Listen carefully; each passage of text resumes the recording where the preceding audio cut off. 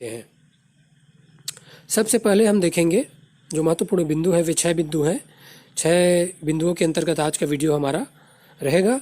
वे हैं पाचन तंत्र, डाइजेस्टिव सिस्टम, परिसंचरण तंत्र, सर्कुलेटरी सिस्टम, श्वसन तंत्र, रिस्पायरेटरी सिस्टम, उत्सर्जन तंत्र, एक्सक्रेटरी सिस्टम, तंत्रिका तंत्र, नर्वस सिस्टम, प्रजनन तंत्र, रिप्रोडक्टिव सिस्टम। तो इन सभी बिंदुओं पर हमारा आज का वीडियो रहेगा। तो चलिए आगे बढ़ते हैं। मनुष्य सहित सभी जंतुओं का शरीर अनेक अंगों से मिलकर बना होता है। हम सभी जान रहे हैं हमारा शरीर भी विभिन्न अंगों से मिलकर बना होता है, जैसे हृदय, फेफड़े, यकृत, अमाशय, अग्नाशय, आंत, इन सभी से मिलकर बना होता है। तो ये सभी अंग जो होते हैं ये मिलकर क्या बनाते हैं? ये अंग मिलकर अंग तंत्र बनाते हैं। अब आगे बढ़ते हैं। पहला जो हमारा बिंदु है, इंपॉर्टेंट पॉइंट, हुआ है पाचन तंत्र, डाइजेस्टिव सिस्टम। सोचिए, अगर आपको बिना भोजन दिए लगातार कार्य करने को कहा जाए या लगातार कार्य करने को दिया जाए तो क्या होगा? सोचिए क्या होगा। जंतुओं को हम कार्य नहीं कर पाएंगे, है ना। लगातार अगर कार्य करने को दिया जाए तो हम थक जाएंगे क्योंकि हमको ऊर्जा नहीं मिलेगी। तो जंतुओं को दैनिक जीवन की जो विभिन्न क्रियाएं होती है उनको करने के लिए क्या होता है? ऊर्जा, एनर्जी की आवश्यकता होती है ना। तो ये जो ऊर्जा होती है वह हमें कहाँ से मिलता है? वह हमें भोजन से मिलता है। तो मनुष्यों में जो भोजन ग्रहण करने, उसे पचाने एवं बिना जो पचे होते हैं भोजन, उसको क्या करना होता है? शरीर से बाहर निकालने के लिए क्या होते हैं? एक विशेष अंग होते हैं। तो ये सभी अंग क्या करते हैं? मिलकर पाचन तंत्र या डाइजेस्टिव सिस्टम कहलाते हैं। पाचन अंगों और पाचक ग्रंथियों से मिलकर बनता है। हमारा जो डाइजेस्टिव सिस्टम है, पाचन तंत्र क्या होता है? पाचन अंगों और पाचन तंत्रों से, पाचक ग्रंथियों से मिलकर बनता है, जो निम्नलिखित है। इसे आगे देखते हैं। तो मनुष्य का पाचन तंत्र के अंतर्गत पहला है पाचन अंग। तो पाचन अंग में क्या क्या आते हैं? मुख, माउथ, ग्रसनी, फेरिंग्स, ग्रास नली, ओसियोफेगस, अमाशय, स्टमक, आंत, इंटेस्टाइन, मलद्वार, एनस, ये सभी पाचन अंग है। आगे देखते हैं पाचन ग्रंथियां या पाचक ग्रंथियां। वे क्या क्या होते हैं? लार ग्रंथियां, सलाइवरी ग्लैंड, ये हमारे मुख में बनते हैं। जान रहे हैं हम सभी, लार बनते हैं, ये भोजन के पाचन में सहायता करते हैं। यकृत, लीवर, पित्ताशय, गॉल ब्लैडर, अग्नाशय, पैंक्रियास, ये सभी क्या करते हैं? पाचक ग्रंथियों का स्त्राव करते हैं और हमारे भोजन को पचाने में सहायता करते हैं। तो भोजन को मुंह से ग्रहण करना, जब भोजन हम मुंह से ग्रहण करते हैं उसे कहते हैं अंतर्ग्रहण। क्या कहलाता है वह? अंतर्ग्रहण। और मुख गुहा की लार ग्रंथियां क्या करती है? लार बनाती है।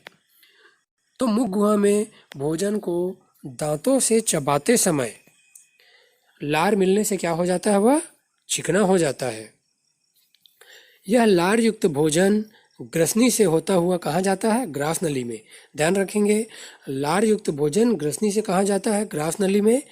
और ग्रास नली से कहाँ पहुँचता है? अमाशय में पहुँचता है, जहाँ पाचक ग्रंथियों से निकलने वाले पाचक रस मिलने से उसका पाचन प्रारंभ हो जाता है।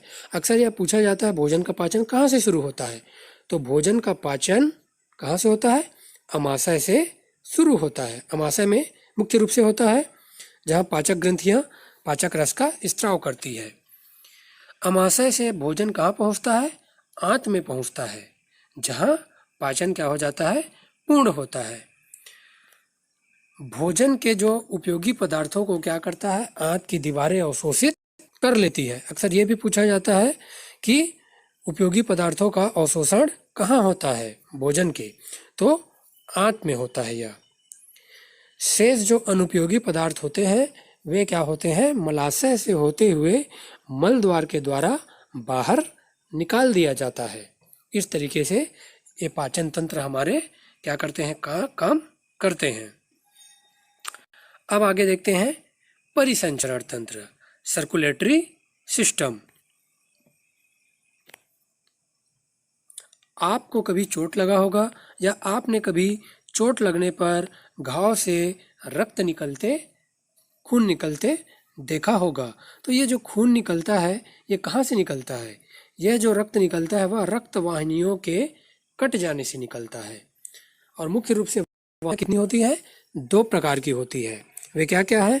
पहला है शिराएं, वेन्स, दूसरा है धमनियाँ, आर्टरीज। तो जो शिराएं, जो वेन्स होती हैं, वे क्या है? त्वचा के नीचे क्या करती है? ये त्वचा के नीचे होती हैं और हरे रंग की दिखाई देती है हमें। हरापन लिए हुए नीली वाहिनियाँ शिराएं कहलाती है ना। हरापन लिए हुए होती हैं, नीली वाहिनियाँ क्या कहलाती है? शिराएं कहलाती है। इन्हें हम आसानी से देख सकते हैं। और ये शिराओं का काम क्या होता है? ये शिराएं जो होती है विभिन्न अंगों से रक्त को कहाँ पहुँचाती है? हृदय में पहुँचाने का काम करती है। अगला है धमनियाँ या आर्टरीज। ये वाहिनियाँ शरीर के गहराई में स्थित होती है, इसलिए त्वचा पर ये आसानी से दिखाई नहीं देती है। धमनियाँ क्या करती है? हृदय से रक्त को शरीर के सभी भागों में पहुंचाने का कार्य करती है। पूछा जाता है अक्सर, हृदय से रक्त को शरीर के सभी भागों में पहुंचाते कौन है? तो वह है धमनियाँ। हृदय जो होता है, हमारा हार्ट जो होता है, वह परिसंचरण तंत्र का प्रमुख अंग है। सर्कुलेटरी सिस्टम का प्रमुख अंग कौन सा है? हृदय है। शिराओं द्वारा क्या किया जाता है? हृदय से लाया गया रक्त हृदय से कहाँ जाता है? फेफड़ों में जाता है। शिराओं द्वारा जो हृदय में लाया जाता है रक्त, वह क्या होता है? हृदय से फेफड़ों में जाता है, जहाँ से ऑक्सीजन युक्त होकर, है ना, फेफड़ों में क्या होता है? ऑक्सीजन युक्त होता है रक्त, और वह होकर रक्त ऑक्सीजन युक्त होने के बाद वह धमनियों के द्वारा शरीर के सभी अंगों में क्या किया जाता है? पहुंचा दिया जाता है। रक्त कोशिकाओं का जाल धमनियों और शिराओं को क्या करता है? जोड़ता है। इस प्रकार हृदय, धमनियाँ, शिराएं व रक्त कोशिकाएं मिलकर क्या करती है? परिसंचरण तंत्र, सर्कुलेटरी सिस्टम का निर्माण करती है। परिसंचरण तंत्र का कार्य है उपयोगी पदार्थों को रक्त के माध्यम से शरीर के विभिन्न अंगों तक पहुंचाना और अनुपयोगी पदार्थों को उत्सर्जी अंगों तक ले जाना। अब हमारा तीसरा जो महत्वपूर्ण पॉइंट है वह है श्वसन तंत्र, रिस्पायरेटरी सिस्टम। इसके बारे में जानते हैं। जब हम सांस लेते हैं तब ऑक्सीजन क्या होता है? नाक और श्वास नली से होता हुआ फेफड़ों में जाता है, और जब हम सांस छोड़ते हैं तो कार्बन डाइऑक्साइड क्या होता है? इसी मार्ग से बाहर निकल जाता है। यह है मनुष्य का श्वसन तंत्र। फेफड़ों से ऑक्सीजन को शरीर के सभी अंगों तक ले जाना, फेफड़ों से ऑक्सीजन को शरीर के सभी अंगों तक ले जाना और अंगों से कार्बन डाइऑक्साइड को फेफड़ों तक लाना, ये दोनों कार्य कौन करता है? रक्त करता है, ब्लड करता है।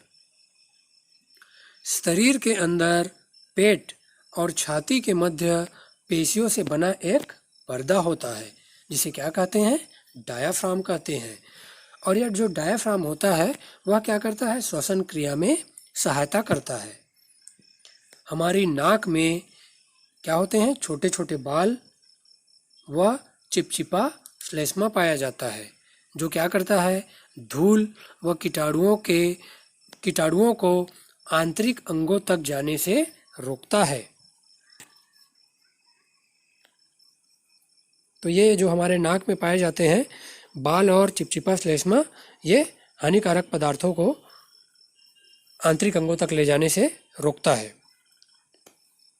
अगला जो तंत्र है वह है उत्सर्जन तंत्र, एक्सक्रेटरी सिस्टम।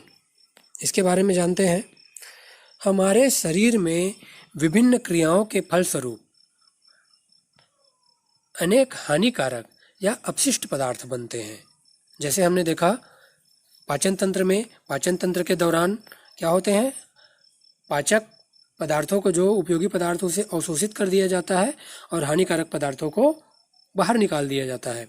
तो ये जो पाचन की क्रिया के बाद जो हानिकारक पदार्थ बनते हैं और अन्य विभिन्न शरीर की क्रियाओं के दौरान जो अपशिष्ट पदार्थ बनते हैं, वे क्या होते हैं, हमारे शरीर के लिए हानिकारक होते हैं और हमारे स्वास्थ्य पर क्या करते हैं, अगर इनका हमारे शरीर में रहे तो बुरा प्रभाव पड़ता है। तो इन पदार्थों को शरीर से बाहर निकालना आवश्यक होता है। तो इन पदार्थों को शरीर से बाहर निकालना ही क्या कहलाता है, उत्सर्जन कहलाता है। मनुष्य का जो उत्सर्जन तंत्र है उसके बारे में जानते हैं। जो हमारा शरीर जो होता है अपशिष्ट पदार्थों का उत्सर्जन अनेक रूपों में करता है। जैसे मलाशय में एकत्रित होने वाले मल ठोस गुदा द्वार से कार्बन डाइऑक्साइड गैस जो होता गुदा द्वार से निकलता है, जो मल जो होता है ठोस रूप में, और कार्बन डाइऑक्साइड जो होता है गैस फेफड़ों से पसीना द्रव त्वचा से उत्सर्जित किया जाता है। शरीर का एक अन्य अपशिष्ट पदार्थ जो होता है वह है मूत्र, यूरिन। इसको उत्सर्जित करने के लिए शरीर में मूत्र उत्सर्जन तंत्र पाया जाता है, जिसमें एक जोड़ी वृक्क, किडनी, एक जोड़ी वाहिनियाँ, मूत्राशय और मूत्र मार्ग पाए जाते हैं। वृक्क या किडनी का मुख्य कार्य क्या होता है, रक्त में से हानिकारक पदार्थों को अलग करके मूत्र का निर्माण करना। ये भी पूछा जाता है मूत्र का निर्माण कौन से अंग द्वारा किया जाता है, तो वह है किडनी या वृक्क। अगला महत्वपूर्ण पॉइंट है वह है तंत्रिका तंत्र, नर्वस सिस्टम। हम सभी अभी तक के चर्चा में जान गए हैं कि पाचन तंत्र, परिसंचरण तंत्र, श्वसन तंत्र और उत्सर्जन तंत्र का एक दूसरे से क्या है, बहुत निकट का संबंध होता है। तो सोचिए, यदि इन तंत्रों में आपसी तालमेल न रहे तो क्या होगा, तो शरीर पर क्या प्रभाव पड़ेगा। तो शरीर के सुचारू रूप से संचालन के लिए विभिन्न अंगों में तालमेल बनाए रखना क्या होता है, जरूरी होता है। और यह तालमेल बनाए रखने का कार्य कौन अंग करता है, कौन सा तंत्र करता है, तंत्रिका तंत्र करता है। जैसे कोई भी हमारे घर में विभिन्न जो मशीन होते हैं, अगर कोई भी शरीर को क्या करते हैं, जैसे कंप्यूटर हो गया, उदाहरण के रूप में बात करें तो कंप्यूटर में क्या होता है, कंप्यूटर का जो कहा जाता है ब्रेन क्या होता है, सीपीयू होता है। अगर वह कार्य नहीं करेगा तो हमारा कंप्यूटर के बाकी अंग कार्य नहीं करेंगे। ठीक वैसे ही विभिन्न तंत्र जो हमारे शरीर के होते हैं, उन सभी को मुख्य रूप से व्यवस्थित करने का, सुचारू रूप से संचालित करने का कार्य जो होता है वह हमारा नर्वस सिस्टम, तंत्रिका तंत्र करता है। तो इसके बारे में जानते हैं। तंत्रिका तंत्र के जो प्रमुख अंग हैं वे हैं मस्तिष्क, मेरुरज्जु, तंत्रिकाएं और संवेदी अंग। हम सभी जब खेलते हैं, पढ़ते हैं, सवाल करते हैं, तो इन सभी का नियंत्रण कौन करता है, हमारा मस्तिष्क करता है। लेकिन कुछ क्रियाएं हम बिना सोचे समझे भी करते हैं। जैसे अगर आपके शरीर में कभी क्या होता है, कांटा गड़ जाए तो आप अपना पैर क्या करते हैं, तुरंत उठा लेते हैं। और अगर किसी गर्म वस्तु पर अगर हाथ पड़ जाए तो हाथ को हम क्या करते हैं, तुरंत पीछे खींच लेते हैं। ऐसे कार्य जो हमारे नियंत्रण में नहीं होते या बिना सोचे समझे करते हैं, इन सभी के पीछे इन सभी कार्यों का नियंत्रण मस्तिष्क नहीं करता है। इसका नियंत्रण कौन सा अंग करता है, मेरुरज्जु करता है। मस्तिष्क और मेरुरज्जु क्या होते हैं, एक धागे के समान, अलग अलग धागों के समान उसमें क्या होती है, अनेक रचनाएं निकल कर क्या करती हैं, ये संवेदी अंगों और शरीर के अन्य भागों में फैली होती है। इन्हें क्या कहते हैं, तंत्रिकाएं कहते हैं, जो सूचनाओं का क्या करते हैं, आदान प्रदान करते हैं। ये चित्र में हम देख पा रहे हैं मनुष्य का तंत्रिका तंत्र, जो विभिन्न रचनाएं धागे के समान, यह सभी जाकर मस्तिष्क और मेरुरज्जु से जुड़ी होती है।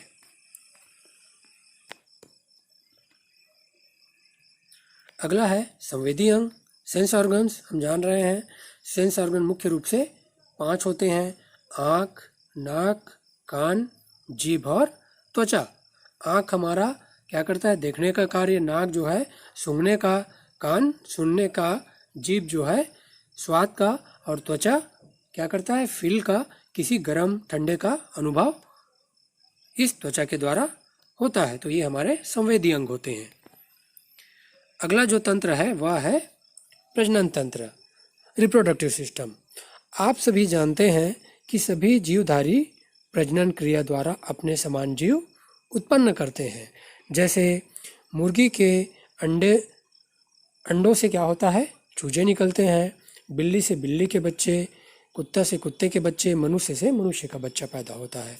तो ये सभी जो हमारे प्रजनन तंत्र के जो विभिन्न अंग पाए जाते हैं, उन सभी के द्वारा संपन्न होता है। ये रिप्रोडक्टिव सिस्टम के द्वारा संपन्न होता है। जो प्रजनन तंत्र में मुख्य रूप से जो अंग है, नर में है, वे क्या होते हैं, प्रमुख प्रजनन अंग वृषण है, और मादा में क्या होते हैं, अंडाशय होते हैं।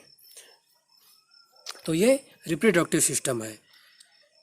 तो आज के मनुष्य में जो विभिन्न हमारे कहना चाहिए जो तंत्र पाए जाते हैं, उनके बारे में, मनुष्य के विभिन्न शरीर के अंग जो होते हैं उनके बारे में, जो इम्पोर्टेंट पॉइंट है उनके बारे में हमने आज के वीडियो में जाना।